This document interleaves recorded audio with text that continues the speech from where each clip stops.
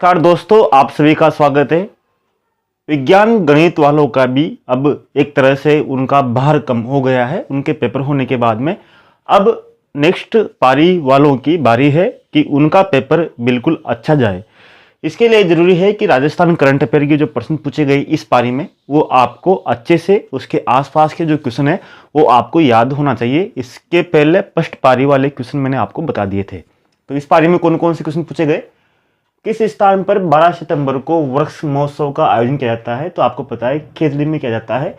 और इस बार आपके इस तरह से पूछ सकते हैं जिस तरह से आपसे पूछा गया था कि अजमेर से पुष्कर की दूरी कितनी है, इसी तरह जोधपुर से खेजड़ी की दूरी कितनी है, तो 26 किलोमीटर की दूरी है।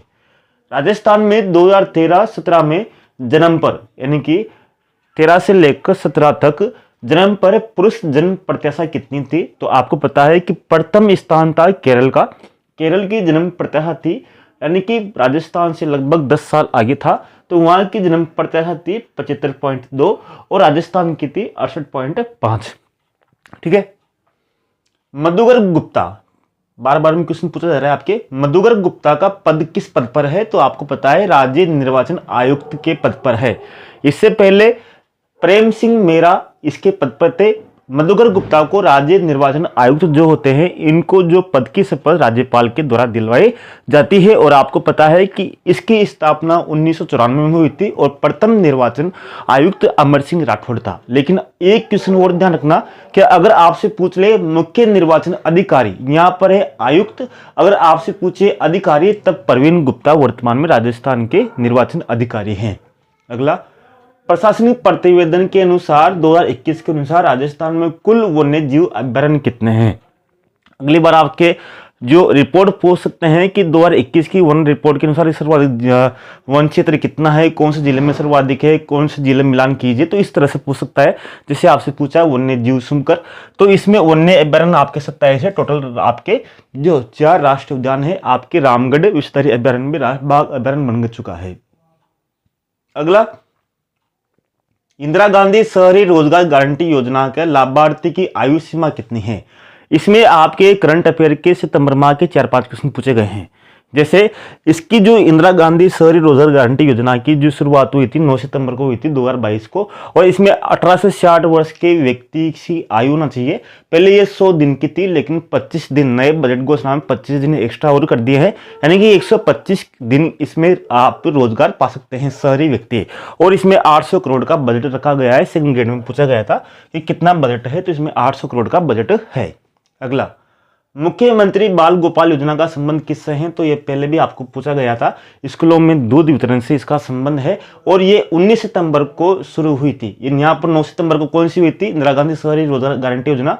और मुख्यमंत्री बाल गोपाल योजना के साथ ही आपको पता है 29 सितंबर को एक और योजना शुरू हुई थी स्कूलों में, प्री स्कूल यूनिफॉर्म, यानी कक्षा 1 से लेकर 8वीं तक के बच्चों को निःशुल्क यूनिफॉर्म दी गई है, न कि 1 से लेकर 12वीं तक, केवल 1 से लेकर 8वीं तक के बच्चों को। पहले ये आपके मुख्यमंत्री स्कूल दूध वितरण योजना पहले सप्ताह में 2 दिन थी, लेकिन अभी 2022-23 के बजट के अनुसार इसको 7 दिन कंटिन्यू, यानी सप्ताह में 6 दिन इसको कंटिन्यू रखा जाएगा। आबादी उत्सव कौन से जिले में मनाया जाएगा, तो दोहा जिले में मनाया जाएगा। कब मनाया गया था, ये 27-28 सितंबर को मनाया गया था। तो सितंबर यानी कि इस पेपर में इस में आपको सितंबर, अक्टूबर यानी दिसंबर तक की करंट अफेयर पूछी गई है। 3 महीने की अधिकांशतः सितंबर अक्टूबर की इसमें करंट अफेयर पूछी गई है। अक्टूबर 2022 में कोल इंडिया लिमिटेड और राजस्थान विद्युत उत्पादन निगम के मध्य सौर ऊर्जा संयंत्र स्थापित करने के लिए समझौता किस स्थान के लिए हुआ था, यानी कि यहाँ पर सौर ऊर्जा संयंत्र स्थापित किया जाएगा। कहाँ पर, बीकानेर के पुगल में।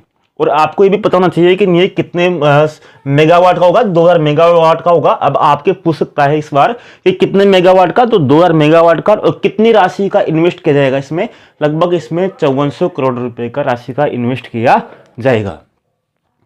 अब पूर्वी चंदेला का संबंध किससे है, तो राइफल शूटिंग से है। इससे पहले फर्स्ट शूटिंग में पूछा गया था आपको, जो मैंने कराया था। तो आपको पूरे वीडियो देखना है ताकि आपका अच्छा पेपर खल जाए।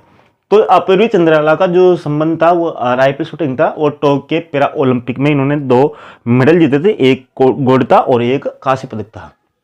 नई ग्रामीण पर्यटन नीति कब लागू की गई, तो आपके 24 नवंबर 2022 को लागू की गई है। अब यहाँ पर ध्यान रखना, नई ग्रामीण पर्यटन नीति की पूछ रहा है तो 24 नवंबर 2022 को। लेकिन अगर आपके पूछे ग्रामीण पर्यटन योजना, आपके पूछे योजना कब शुरू की गई थी, तो 5 दिसंबर 2022 को ये शुरू की गई थी योजना। मुख्यमंत्री कन्यादान योजना का संबंध, यानी कितनी राशि इसके द्वारा मंजूर की जाती है। अगर इसकी बात करें तो मुख्यमंत्री कन्यादान योजना में 31,000 रुपये की राशि मंजूर की जाती है। लेकिन कन्या अगर स्नातक की डिग्री पास कर लेती है तो इसकी अधिकतम सीमा 51,000 हो जाती है। लेकिन आपके इसमें ऑप्शन नहीं था 51,000, ऑप्शन था आपके 31,000, तो आपके 31,000 ही ये ऑप्शन वाला सही था।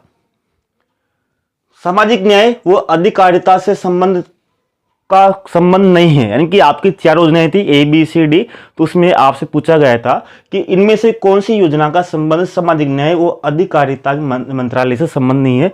तो आपको पता होगा शुभ शक्ति योजना, इसका संबंध श्रमिक मंत्रालय से है, क्योंकि शुभ शक्ति का मतलब क्या है कि महिलाओं और छात्राओं को इसमें लगभग इसकी सहायता से 55,000 की सहायता दी जाती है। महिलाओं जो श्रमिक परिवार की है, मजदूर परिवार की महिलाएं, उनके लिए इसका संबंध है शुभ शक्ति योजना का, यानी श्रमिक मंत्रालय की है, तो इससे आप कर सकते हो।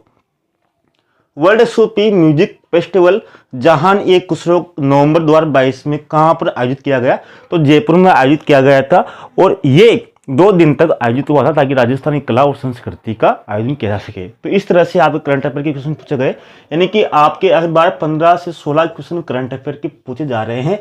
तो ध्यान रखिए, आपके हर शिफ्ट में कम से कम 15 क्वेश्चन तो करंट अफेयर के आएंगे, और उम्मीद है कि आपके जिन्होंने पेपर दिया होगा उनके अधिकांश सही होंगे, और होना भी चाहिए, क्योंकि आपके 15 में से कम बहुत से क्वेश्चन सही होंगे, क्योंकि आप बहुत सालों से पढ़ रहे हैं।